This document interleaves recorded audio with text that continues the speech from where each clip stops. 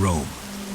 March 15th, 44 BCE. Julius Caesar, dictator, conqueror, visionary, awakens to thunder over the eternal city. Within hours, he will be dead, betrayed by those he once called friends. But to understand Caesar's final day, we must look back. Just weeks before the Ides of March, Rome was already trembling. Caesar had returned from civil war victorious. Pompey, once his friend and then his enemy, was dead. The Senate had named him Dictator Perpetuo, dictator for life. To some, he was Rome's savior. To others, a tyrant in waiting. The Republic, forged by centuries of shared power, was collapsing under the weight of one man's ambition. When Mark Antony offered him a crown during the Lupercalia festival, Caesar refused, twice. But the crowd had seen it, and so had the Senate. Was it a performance, or a test of loyalty? Fears grew. A conspiracy took root. 60 men, patricians, senators, even old allies, began to whisper. Their goal?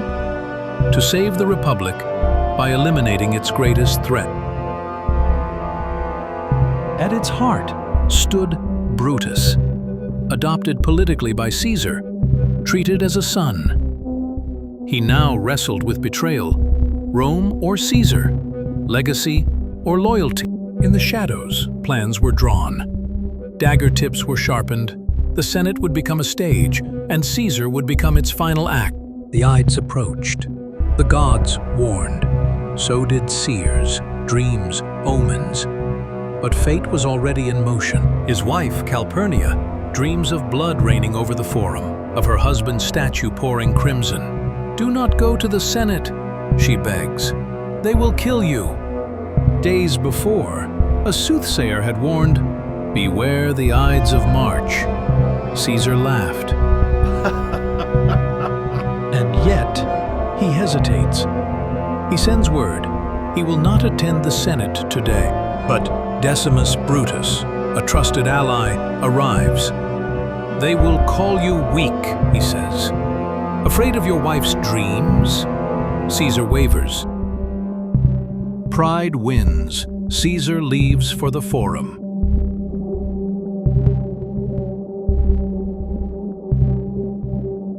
Caesar had a very large household, many servants, many slaves and guards.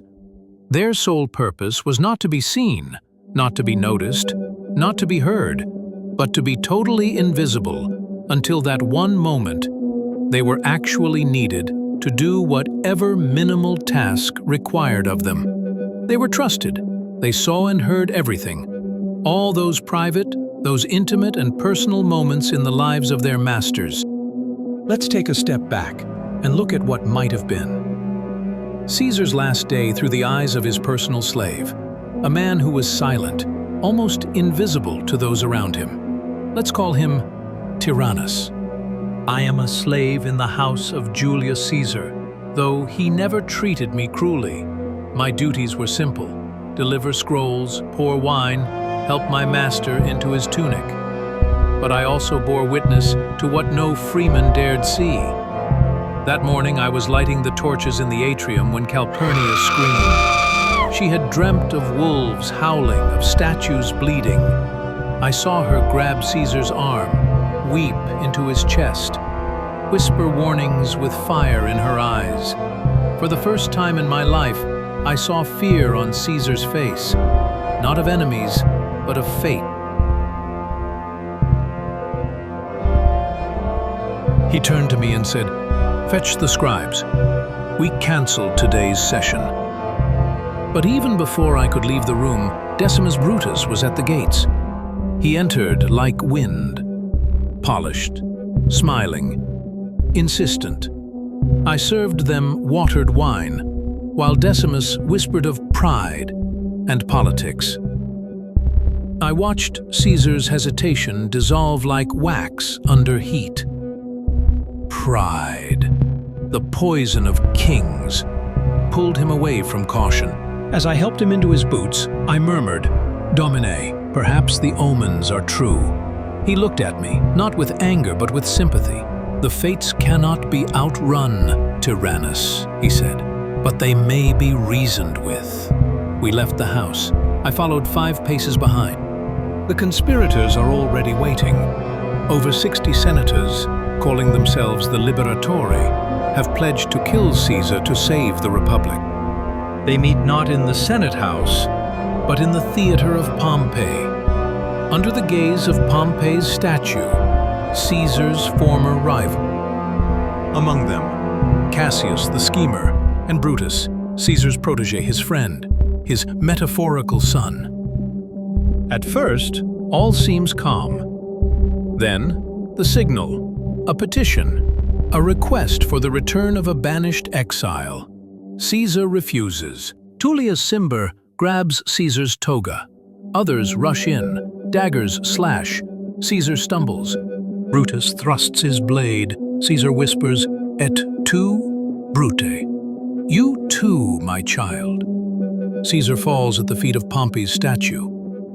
23 wounds, all fatal. I stood outside the theater of Pompeii with the litter bearers. The sky had turned gray as if the gods held their breath. Inside, I heard nothing at first, only faint voices, then a cry, a muffled thud, screams. I burst through the door. Caesar was on his knees. Blood was everywhere, on the floor, on marble, on men's hands. They circled like jackals. I saw Brutus, white as ash, holding a dagger. And Caesar, he looked up at him, eyes wide, not with pain, but with heartbreak. "Even you, Brutus," he whispered. The words broke him more than the blades. I ran to his side. The senators fled like shadows before sunrise. Only I remained. I pressed my hands to his wounds. He clutched my sleeve, once, weakly, then was still. The floor was slick. His blood reached Pompey's statue.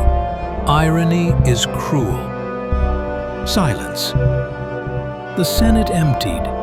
Caesar's body lies in the shadows. The conspirators expected praise. They expected liberty.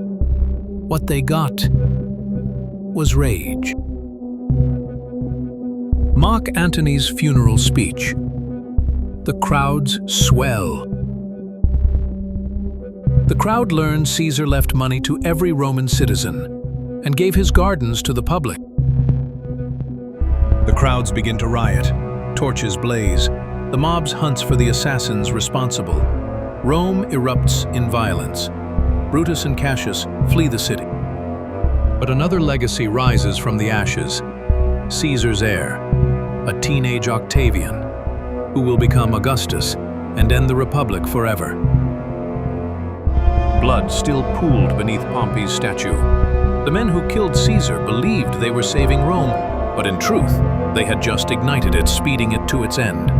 This was the last day of Julius Caesar, and the first day of an empire. I kept vigil beside his body that night. No one else dared stay. Mark Antony found me there. "You were with him?" he asked. I nodded. He clasped my shoulder, said nothing else. The next day, at the Forum, Antony read the will. I was there, among the people, shoulder to shoulder with freedmen, merchants, beggars. When they heard Caesar had left them coin and land, they wept. And when they saw his bloodied toga lifted high, they roared. The city burned that night. Statues toppled, fires lit. I saw Brutus's name carved into ash.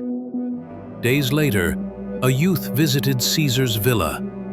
Octavian, sharp eyes, colder than winter. He asked for Caesar's ring. I gave it to him.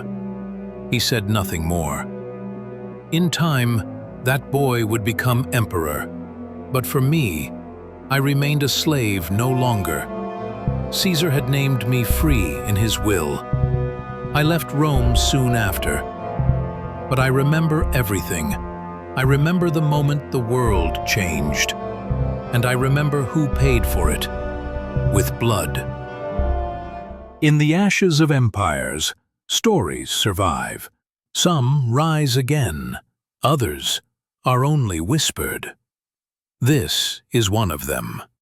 If you believe stories like this deserve to be heard, subscribe to Ashes and Empires, Real Stories, Lost Empires,